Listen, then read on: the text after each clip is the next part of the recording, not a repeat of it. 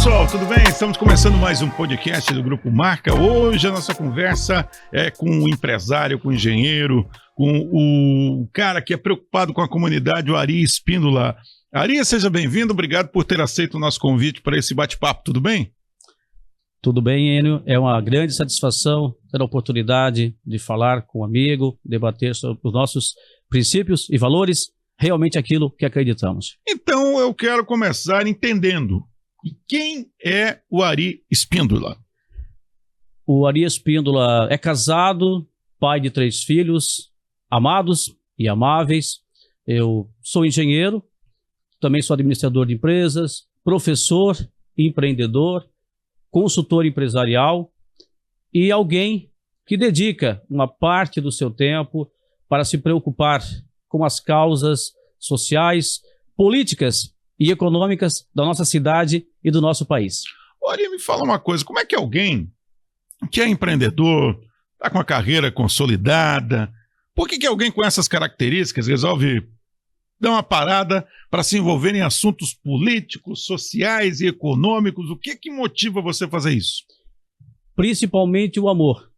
O amor pela nossa casa comum, que é a nossa cidade e o nosso país. Se não fosse por amor profundo que tenho por tudo isso, com certeza estaria cuidando da minha vida, do meu negócio e da minha família. Mas, ao ver tudo isso e imaginar que se nós, de alguma maneira, nos omitirmos a tomarmos posição, vamos permitir que pessoas despreparadas e, inclusive, mal intencionadas tomem conta daquilo que nós podemos estar dando a nossa contribuição e ajudando a gerenciar. Então, por esse motivo que eu uso parte do meu precioso tempo para investir em causas sociais e me colocar à disposição da comunidade para realmente trazer a minha colaboração.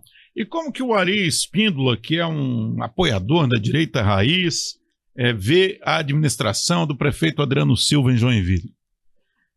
Como consultor empresarial e auditor de sistemas de gestão, eu costumo dizer que certifico a gestão do prefeito Adriano diante da norma ISO 9001.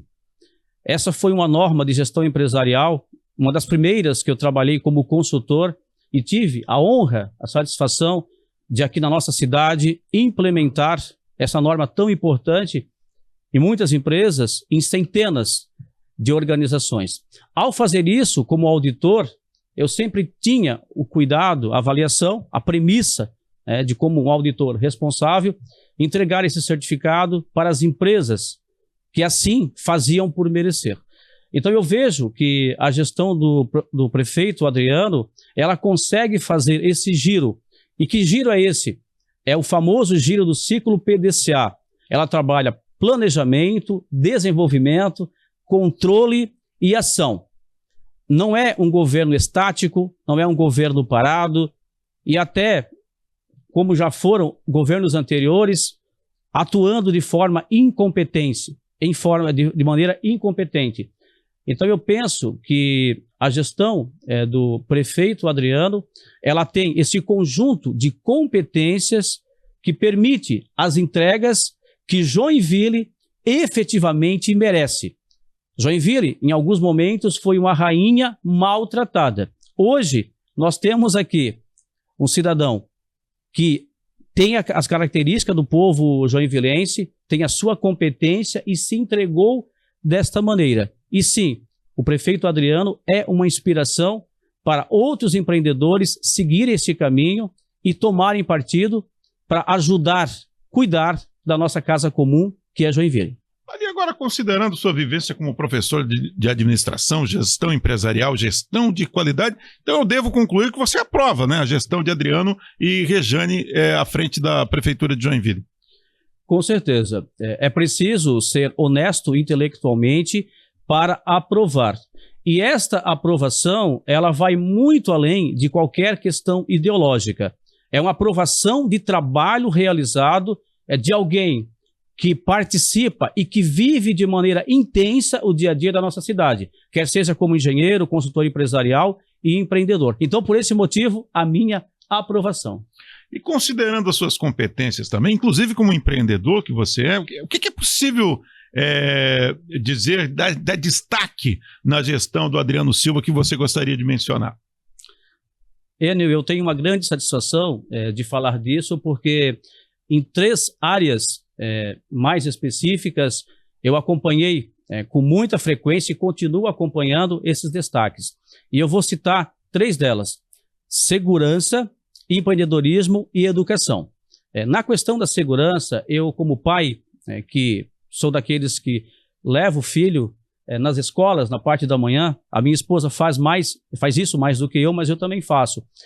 Então, durante algum tempo, parte da comunidade costumava ver a guarda municipal meramente como profissionais que ficavam multando papais e mamães em frente de escolas e arranjando algumas confusões. Eu não estou dizendo que eles só fazem isso, essa não é a minha questão. Porém, a ideia da comunidade era basicamente essa. E quando eu, como um conservador, um defensor de princípios, valores, ordem, gosto e sou um apoiador do trabalho da Guarda Municipal, eu me sentia, às vezes, acuado, com dificuldade de defender.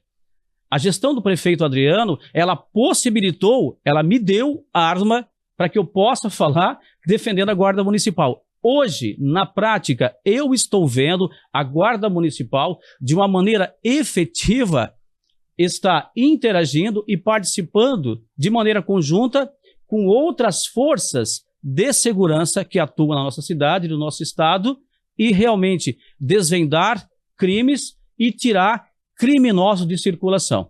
E isso foi um trabalho de competência do governo Adriano, que investiu e deu condição de trabalho para esses profissionais que a gente tanto respeita. A outra área que eu quero citar, e eu vou ser breve, porque senão eu ia me empolgar e falar muito, que é a educação, porque é uma área que eu sou profissional e inclusive milito. Eu tenho os meus filhos, inclusive, estudando em escolas públicas. E eu sou sempre um defensor da escola pública. E fui, durante muito tempo, presidente de APPs. Muitas vezes eu chegava com as diretoras da escola, olhávamos aquele calor escaldante do início de verão e dizíamos assim: puxa vida, se tivesse aqui uma quadra coberta, um ginásiozinho, para essas crianças fazer atividade nesses dias mais quentes. Então, ou mesmo de chuva, né? Até dia de chuva, porque Joinville chove bastante também, né? Imagina. E às vezes as diretoras olhavam para mim com um certo ar de desânimo. Puxa, quando que nós vamos ter aqui uma quadra coberta, né? E hoje, com muita satisfação, eu vejo o prefeito Adriano fazendo uma série de quadras cobertas. Estou citando um exemplo, poderia citar vários, inclusive em sala de aula, o que a gente acompanha do trabalho das diretoras, que fazem um trabalho magnífico aqui na nossa cidade. Então, tudo isso é uma coisa maravilhosa. Então, essa série de quadras cobertas que aí estão, que já são quase ginásios, né? Eu poderia citar várias escolas, mas eu vou citar 2 que eu acompanho com muita intensidade, com muita frequência, que é o Colégio Mota Pires e Escola Rita Garibaldi. Então, ter a oportunidade de passar por ali e ver que aquilo que era um anseio nosso está ali instalado, realmente é uma gratidão. E a terceira área que eu quero citar é realmente o empreendedorismo, sobretudo o pequeno empreendedor.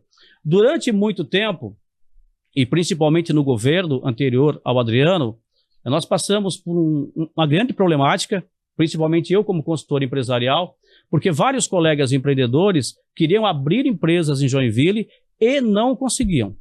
Era uma dificuldade muito grande. Joinville se transformou numa cidade burocrática que espantava empreendedores. E, logicamente, Araquari absorveu parte dessa demanda, mas muitos clientes meus se instalaram em Garuva, Guaramirim, até na praia os caras conseguiam abrir empresa e não conseguiam abrir em Joinville. Foi realmente um momento muito difícil, onde eu pude acompanhar a dificuldade dos meus clientes, principalmente jovens empreendedores. O prefeito Adriano chegou e resolveu essa questão. Hoje, eu não vejo mais cliente meu com dificuldade de gerenciar, de abrir a sua empresa e não está mais preocupado com burocracia improdutiva. Então, essas 3 áreas aí, realmente, ele fez um grande trabalho e eu sou aqui um torcedor, admirador e quero que isso continue na nossa cidade. Foi bom você falar isso, porque todo mundo que te conhece sabe que você é bolsonarista convicto, né? Você é um defensor do ex-presidente Jair Bolsonaro. E como é que você consegue, ao mesmo tempo, demonstrar essa firmeza toda em relação ao governo do prefeito, que, afinal de contas, é do Partido Novo? De uma maneira bastante singela, eu posso dizer que eu vejo o presidente Bolsonaro como um guardião maior da nossa nação, capaz de pegar o cofre geral da nação, zelar daquilo com carinho, como um pai que cuida da casa em que os seus filhos e que a sua esposa vivem. Eu vejo isso no presidente Bolsonaro. Ele é um homem que nutre princípios e valores para cuidar do cofre da nação, inclusive do nosso BNDES. O lado oposto, o que geralmente costuma fazer, obras para amigos, alguns inclusive ditaduras comunistas, enquanto deixa de investir aqui no nosso país. Então, só por esse fato aqui, eu ratifico a minha confiança no presidente Bolsonaro e, por esse motivo, toda a minha admiração e, mais uma vez, o registro do meu patriotismo. Na outra ponta, mas não de forma antagônica, eu vejo a atuação do prefeito Adriano, que cuida da nossa casa chamada Joinville. Agora, é lógico que esse cuidado que o prefeito Adriano tem pela nossa Joinville é o cuidado de um pai conservador, zeloso, que eu diria também é um guardião e um mantenedor da nossa cidade. Eu vejo que o prefeito Adriano, ao observar aquilo que o presidente Bolsonaro fez para cuidar do nosso país, e ele será o nosso eterno presidente, é o que possivelmente o prefeito Adriano também faria se lá estivesse, investindo no nosso povo e usando devidamente os nossos recursos, não para desvios e para qualquer tipo de falcatrua, porque ele é um grande empreendedor e uma pessoa que ama a cidade, a terra aonde vive. Então, dentro desse contexto, eu consigo ver uma total sinergia e um total zelo, um total cuidado por aquilo que realmente foi colocado na mão de cada um. Ori, você é um ativista político. Eu quero fazer duas perguntas para você. Você faz isso tudo de forma voluntária? E, é claro, eu quero acrescentar uma outra pergunta. Não poderia aproveitar melhor seu tempo, por exemplo, com a família, já que você trabalha, né? Nos momentos de folga você está lá fazendo voluntariado. Como é que você fica com peso na consciência? Você consegue administrar isso tudo numa boa? Eu posso te dizer, Enio, que é um pouco difícil. Eu não vou aqui apenas romantizar a questão. É desafiador, realmente. Às vezes a gente se cobra um pouco. Mas, por outro lado, eu percebo que já colho frutos. E esse caminho que eu percorro, que é alicerçado no amor, na fé, nas minhas crenças e nos meus valores, a cada dia que passa mais, a minha família consegue entender as razões pelas quais eu faço isso. E hoje eu tenho a satisfação de te dizer que os meus filhos e a minha esposa já conseguem entender. E à medida que o tempo foi passando, eles cada vez entenderam melhor. E eu jamais deixei de dar uma atenção especial para eles, um carinho, um tempo de qualidade por me dedicar a essas causas aí, por ser um voluntário no mundo da política. Até porque eu também acredito que se eu não desse o devido carinho, a devida atenção para eles, não justificaria eu tentar ser um bom cidadão, um ativista político. Eu penso que, como conservador, eu tenho que ser um exemplo na minha casa, no meu lar. Eu tenho que resolver todas as minhas questões pessoais, para depois eu contribuir com o meu bairro, com a minha cidade, o meu estado e, quem sabe, o meu país. Mas, abandonando um parente, abandonando os meus filhos, não tem sentido. Aí, nesse caso, eu seria um comunista. Comunista que faz isso. Abandona, acham que não é preciso investir tanto, mas nós, sim, nós somos Deus, pátria, família. Quer dizer, nós temos que, em todo o nosso trajeto, em toda a nossa caminhada, levar eles com a gente. Quando a gente faz isso, nós também estamos girando o ciclo PDCA da nossa vida. E assim fazendo, eu digo para ti que eu estou buscando uma certificação de ISO 9000 para a minha vida. É isso que eu acredito, isso que eu pratico, isso que eu vivo e peço ao Pai Celestial que me dê essa mesma energia, essa disposição que eu tenho até hoje para continuar fazendo isso. Ari, ouvindo você falar, eu fico me perguntando, você já teve perdas nos negócios, na família, com amigos, na sociedade em geral, por defender a direita conservadorista, né, a conservadora do Brasil, e combater também a esquerda? Como é que é lidar com isso? Também é desafiador. E na medida que o tempo foi passando, eu fui cada vez mais podendo fundamentar as minhas ideias e entender que estava no caminho correto. Alguns parentes que ficaram bravos comigo lá atrás, por me ver defendendo a direita, defendendo Bolsonaro, hoje já se aproximam e já começaram a entender. Então foi uma jornada onde eles precisaram enxergar em mim coerência, persistência e trabalho de forma competente. Então, nós precisamos fazer isso, nós temos que girar esse ciclo PDCA na nossa vida, para dar exemplo. A palavra é muito bonita, mas é o exemplo diário que arrasta. Então, quer dizer, o seu vizinho, o seu parente, o seu amigo, ele precisa enxergar isso em você. Você tem que ser exemplo, como fala na Bíblia mesmo, exemplo na fé, no amor.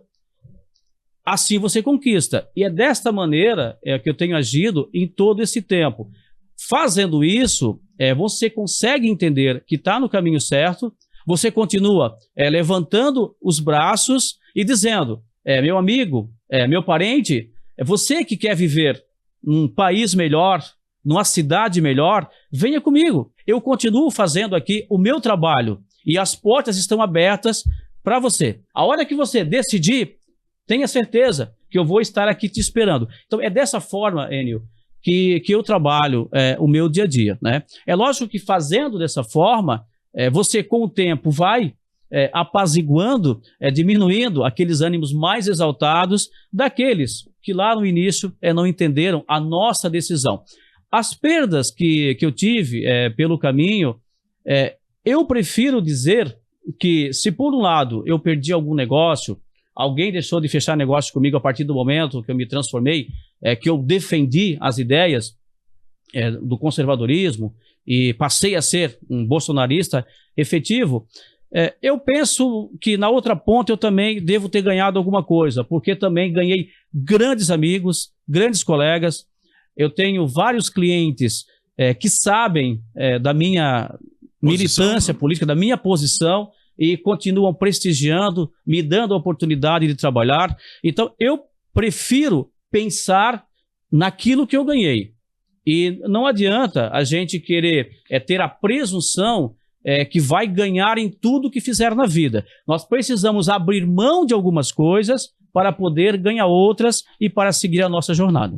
Agora, de que forma você acredita que essa sua experiência poderá ser aplicada no Legislativo de Joinville, na Câmara de Vereadores, onde você pretende estar?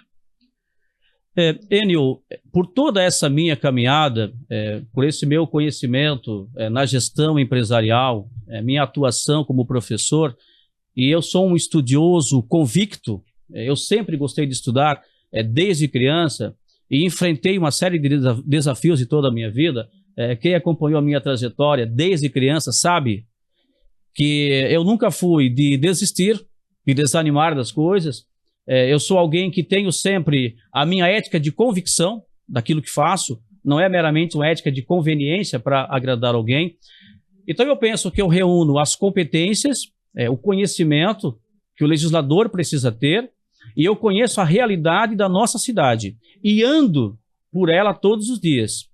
E eu estou dentro das empresas que realmente fomentam a economia e por esse motivo fazem que Joinville seja a maior cidade do estado e seja aí uma cidade acolhedora que recebe gente de tantos lugares que vem. Eu conhecendo a teoria, eu vivendo como professor no mundo acadêmico, tendo a vivência dentro das empresas e a paixão que tenho pela política e pelas causas sociais, eu sou uma pessoa hoje que me sinto à vontade, me sinto seguro de dizer que tenho realmente uma grande contribuição para trazer para a cidade que eu amo.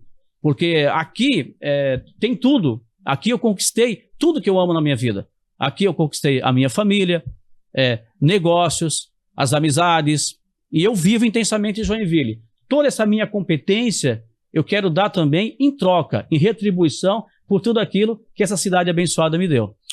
Maria, você como conservador, poderia dizer para a gente o que a direita está fazendo para ajudar o Brasil hoje? Eu penso que o grande mérito da direita no nosso país, neste momento e nesses nossos últimos anos, foi ter demonstrado o caminho ruim que o Brasil estava trilhando nas mãos da esquerda. A esquerda ela se ocupou durante muito tempo de um projeto de poder. Poder por poder. Pela busca de estar realmente conduzindo o destino da nação para aquilo que eles realmente bem queriam. A direita, ela trouxe essa luz, ela lançou isso. E quer dizer, ao lançar isso, fazer o povo brasileiro acordar para a realidade, que esse caminho que a esquerda estava nos levando era um caminho da destruição e estava nos aproximando da Venezuela, Cuba, Coreia do Norte, esse caminho todo aí. Então, esse grande mérito a direita teve e tem. E nós devemos muito isso à coragem do presidente Bolsonaro. Nós temos que ser gratos e intelectualmente honestos para reconhecer isso. Então, essa luz, esse abrir de olhos, como a gente fala, foi o grande mérito dessa direita brasileira que é nova, que está surgindo, que precisa ser estruturada, que precisamos estudar, reconhecer que estamos no começo do começo.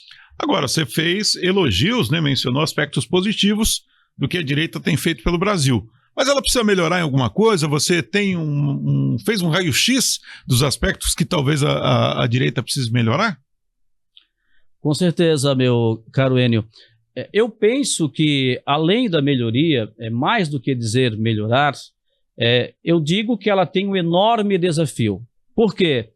Se por um lado, na pergunta anterior, eu falei que ela possibilitou esse abrir de olhos da nação brasileira e não enxerga quem não quer ver, precisamos deixar as coisas muito claras, porque qualquer pessoa intelectualmente honesta e minimamente instruída tem a condição de enxergar que a esquerda é antipatriota e faz mal ao nosso país de uma maneira proposital. O que a gente mais vê aí na política que é dominada pela esquerda são pessoas que falam mal do nosso país, inclusive quando vão lá fora. Isso ficou claro. Agora, o grande desafio da direita, que vem agora nesta pergunta, é trabalhar a educação, a formação de lideranças comprometidas com o país e não com um projeto de poder. Esse é o grande desafio da direita e é nesse ponto que eu vejo como o começo do começo. É preciso educar a nossa juventude. Nós precisamos estar na universidade, nós precisamos estar nas organizações, nas associações de classes, fazer aquilo que a esquerda faz. E a esquerda ela principalmente faz porque a direita abdicou de fazer isso, deixou de formar lideranças, deixou de estar nas entidades. Ora, se existe um vácuo, alguém vai ocupar esse espaço. Então, fatalmente, se você chegar hoje nas universidades, se você ir nas entidades, nas associações, a maioria absoluta delas é coordenada, é comandada, liderada por pessoas da esquerda, que estão ali o quê? Com um projeto pessoal de poder. Obviamente, isso é nocivo ao país. Então, são pessoas que acabam ocupando cargos de importância, mas que deveriam fomentar o desenvolvimento, o empreendedorismo, incentivar o jovem a amar a sua cidade, a amar o seu país. E o que eles fazem? Eles fazem o contrário. Incentivam ódio, incentivam a divisão de classe, todo mundo brigando contra todo mundo, incentivando filho odiar pai, todo tipo de divisão. né, que algumas, inclusive, me excuso de citar aqui nesse momento. O que a direita precisa fazer? Ela precisa estar presente e agora finaliza esse ponto. A direita precisa também propor uma agenda e deixar de meramente ficar desarmando bombas que são jogadas aí no território pela esquerda. Parte da ocupação da direita hoje é desarmar essas bombas. Dessa forma, nós não vamos fazer o nosso país progredir e sair desse marasmo, né, desse círculo vicioso, porque isso é uma coisa viciosa. Nós temos que trazer um círculo de virtudes, de agendas de construção, agendas empreendedoras. E aí sim, esse é o papel da direita, esse é o desafio, e a direita não fez isso ainda. Ari Espíndola, muito frequentemente, os integrantes da direita no Brasil alertam para os riscos de o país se converter numa Venezuela.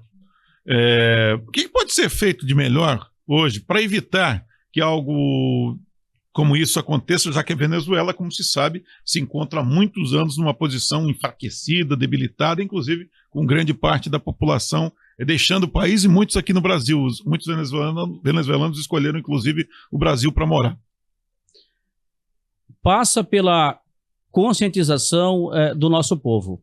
O povo precisa efetivamente entender que isto é uma ameaça, e isso não é brincadeira, isso não é a força de expressão, isso não é uma metáfora, isso é uma realidade. Obviamente, muita gente diz, mas o Brasil é muito grande, o Brasil é um país, é uma potência gigante, eles não vão conseguir destruir o Brasil, levar esse país aqui à miséria, é como fizeram em Cuba, é como fizeram na Venezuela. E isso é um engano. A diferença está no tempo. Por quê? Os recursos se esgotam. Se você não incentiva o trabalho, se você não incentiva o empreendedorismo, chega um momento que aquele cara que tanto trabalha, que produz, que paga imposto, ao não enxergar o retorno, o progresso do seu país, ele desanima, ele desiste. São coisas absolutamente óbvias. E a maneira de nós fazermos isso é a conscientização e, principalmente, pessoas empreendedoras dedicarem parte do seu tempo, inclusive de maneira voluntária, como eu faço, em prol da nossa cidade e, principalmente, do nosso país. Se nós não fizermos isso, a esquerda vai continuar dominando todos os espaços, e eu não sei dizer para ti, Enio, e daí nós não vamos aqui falar de bola de cristal. Quantos anos nós vamos levar para ficar igual Cuba, igual Venezuela? A gente sabe que demora muito mais, pela grandeza do nosso país, pelas riquezas que nós temos aqui, que não existe em nenhum outro país do mundo. Mas, se não for feito uma reversão, uma virada de chave nesse processo, com certeza, infelizmente, o Brasil pode sim se transformar numa nova Venezuela, né? Só que aí, de tamanho gigantesco, ou inclusive, assim como Cuba, e principalmente, nós podemos perder as nossas liberdades. Você convocou aí a garotada para se unir à direita, né, de forma indireta, mas foi isso que você disse em outras palavras. Por que a esquerda ainda hoje consegue formar militantes e você observa dificuldade na direita com isso? Nós temos alguns motivos para citar, mas eu gosto sempre de falar de uma maneira mais simples também, de dizer um dos principais. O primeiro ponto é que a esquerda ela não tem responsabilidade com o resultado de nada. Ela não precisa nunca apresentar nenhum tipo de resultado. Então ela convoca a militância para uma festa, para um evento, onde normalmente é combater alguém que está fazendo alguma coisa. Quer dizer, é uma agenda de combate, é uma agenda de ódio. Aí eles trocam os nomes, inventam que aquilo ali está sendo feito por amor. Ninguém ataca a família dos outros porque ama, ninguém ataca a empresa de alguém porque ama, ninguém ataca a cidade de alguém porque ama. E a esquerda ela se ocupa o tempo todo de fazer isso. E aí alguém pode perguntar, mas e por que o jovem vai junto? É muito simples a gente entender, e é uma questão matemática. Se você chegar em qualquer fase escolar e tiver uma turma com 40, 50 alunos, ali dentro daquelas classes, ali dentro de uma turma dessa, você facilmente encontra uma percentagem, mesmo pequena, de jovens que têm dúvidas acerca do seu futuro, acerca da sua vida, acerca da justiça que é colocada ao seu redor. Tem sim um grande sentimento de injustiça diante da vida, de condições ruins que enfrenta. E é dito a esse jovem que já está ressentido, que está triste, angustiado, que o culpado por aquilo é o seu pai, é a sua mãe, é a sua cidade, é o empresário X, o empresário Y. Quer dizer, um jovem que naquele momento tem toda a condição de absorver novas informações, fazer parte de um outro grupo, onde dizem que, teoricamente, ele vai ser muito bem recebido e lá os seus sonhos revolucionários serão alcançados, é muito fácil esse jovem seguir por esse caminho, principalmente quando é o próprio professor, um coordenador ou alguém de uma hierarquia superior que está dizendo isso. Então, quer dizer, eu tenho aí uma maneira muito fácil de formar um exército de militantes a cada ano que passa. A cada ano. Em cada escola, eu vou conseguir 20, 30 militantes? Eu não sei, eu posso conseguir menos, posso conseguir mais. Mas soma-se esse número de militantes numa cidade do tamanho de Joinville, para ver quantos militantes radicais eu posso ter no final de ano. Então, o que a direita precisa fazer? O oposto.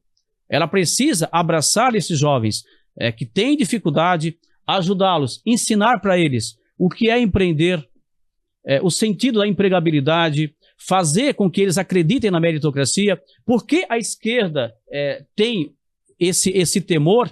Por que falar de meritocracia para a esquerda é um terror? Eu sou alguém que creio na meritocracia.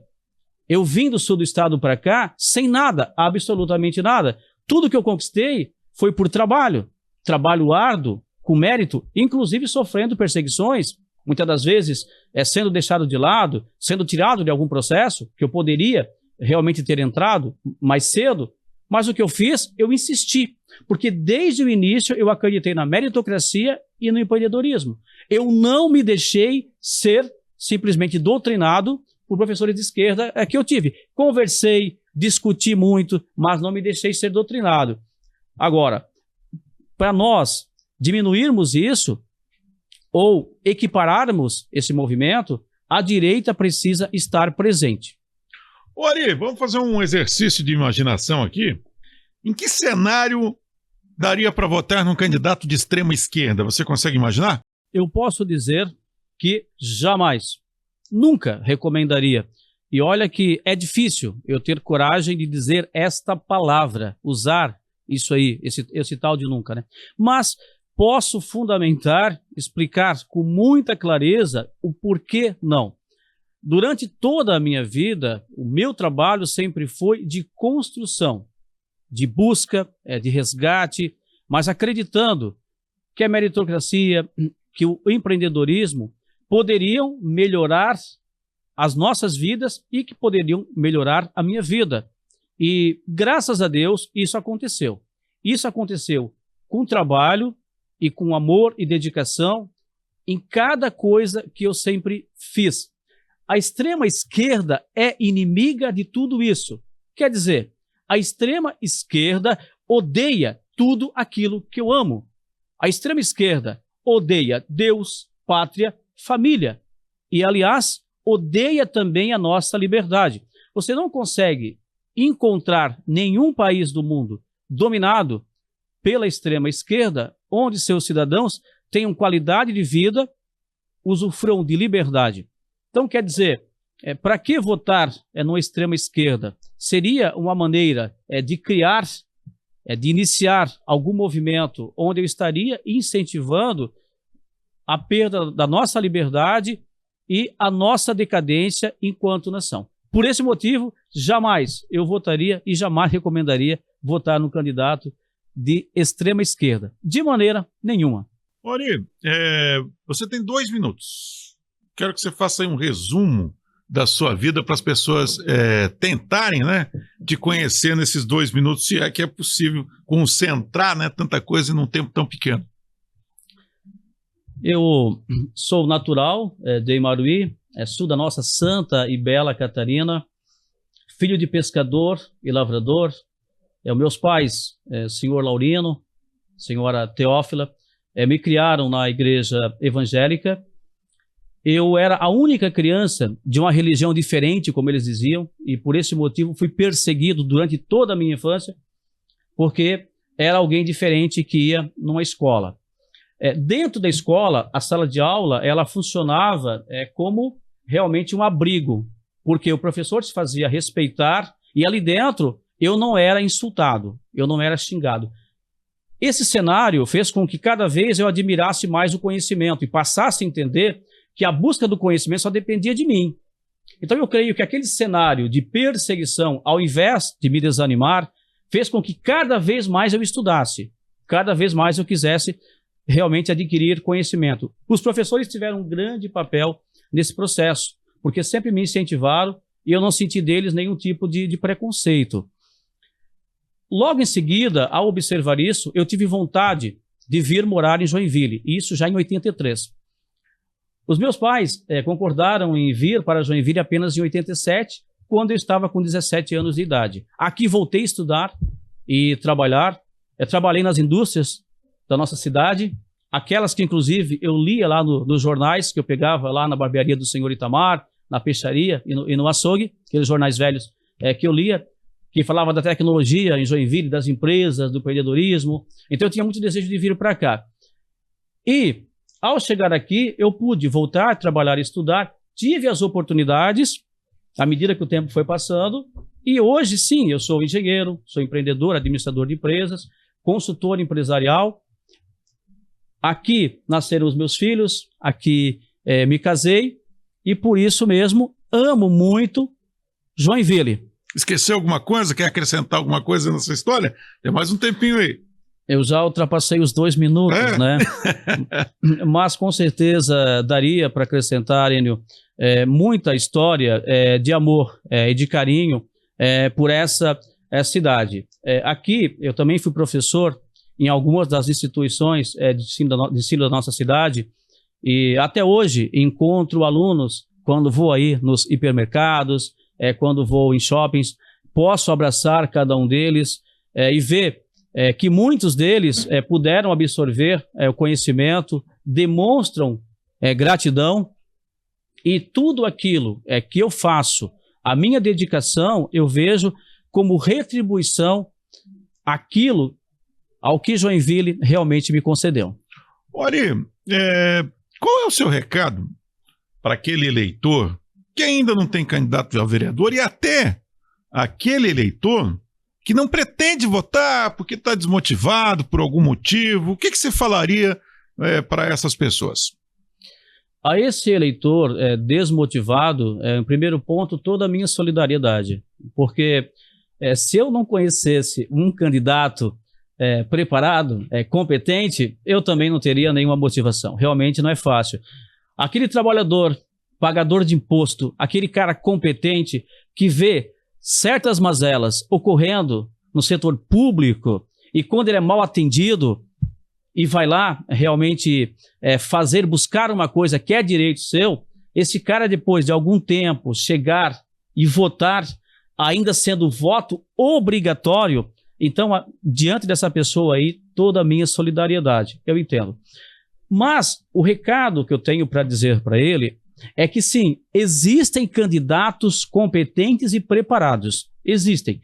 Engana-se quem pensa que não. É fácil esses candidatos independentes do sistema, que são preparados e competentes, chegarem a ser eleitos? Não, não é. Porque muitas das vezes esses caras eles não têm apadrinhamento político. Aliás, de modo geral, eles não têm.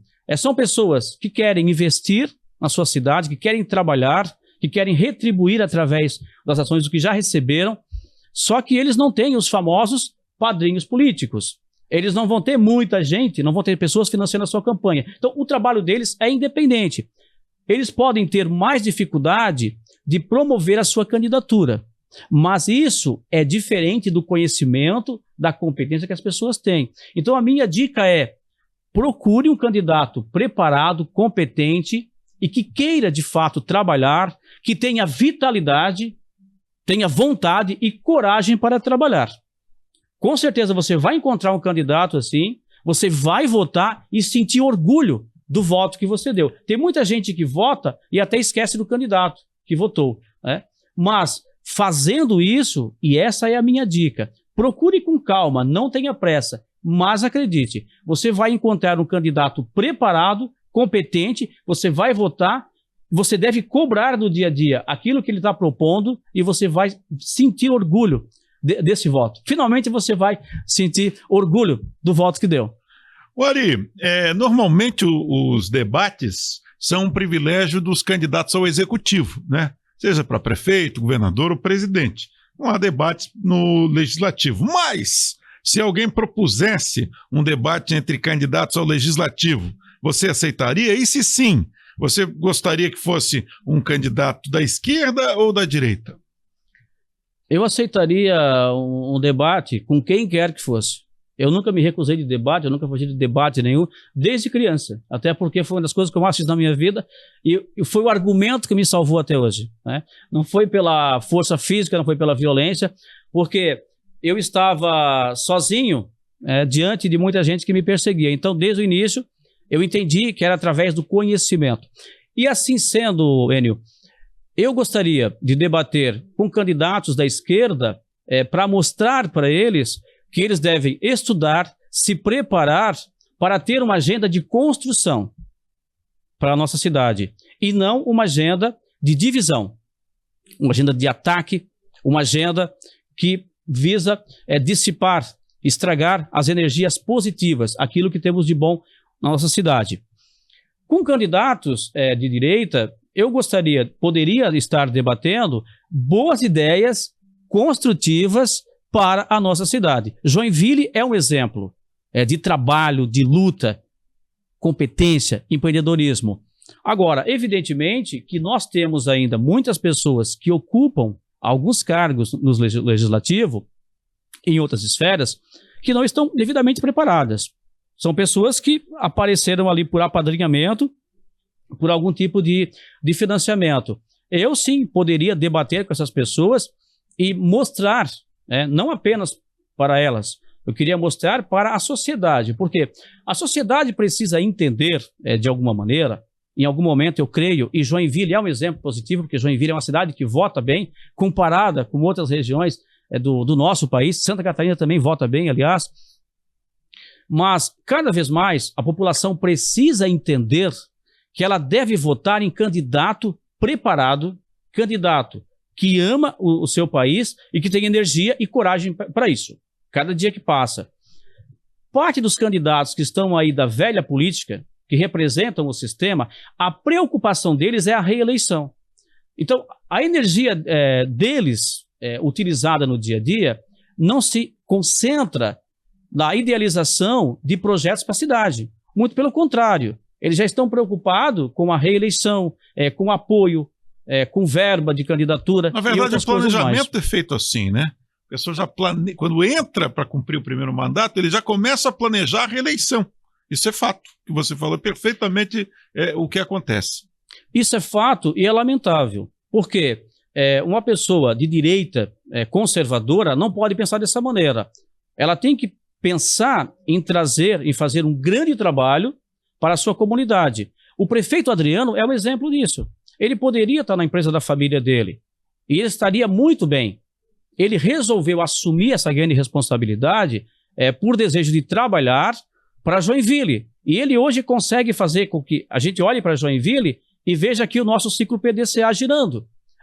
Antes dele, nós tínhamos uma cidade estática, uma cidade parada no tempo. E qualquer pessoa que vinha de fora falava isso para a gente. Eu recebo alunos de fora da nossa cidade. E muitos diziam para mim, gente que vinha de Curitiba, de Jaraguá, Florianópolis, chegava aqui e dizia: Ari, Joinville parou no tempo, uma cidade grande desse tamanho, uma potência econômica. O que está acontecendo aqui? Eu ouvia isso de colegas, de alunos que vinham de fora. Hoje, eles estão com uma outra ideia. Opa, Joinville começou a se mexer. Joinville é outra, né? Então, quer dizer, esse cara da velha política, esse cara que está preocupado apenas com reeleição, ele não vai trabalhar devidamente. como o município precisa se desenvolver, crescer, continuar empreendendo, gerando emprego e renda. Essa pessoa que pode entrar com o desejo de dar a sua contribuição, ele não tem que se preocupar com reeleição. Ele pode ser reeleito de alguma maneira? Pode. Mas a população que vai estar reelegendo ele, de que forma? Pelo trabalho. Então, o prefeito Adriano está aí fazendo um grande trabalho. Se ele for reeleito, o que nós imaginamos? Que esse grande trabalho continue sendo realizado. E se ele não for reeleito, o que ele vai fazer? Ele vai voltar a cuidar da sua empresa, da sua família, trabalhar como o grande profissional que é.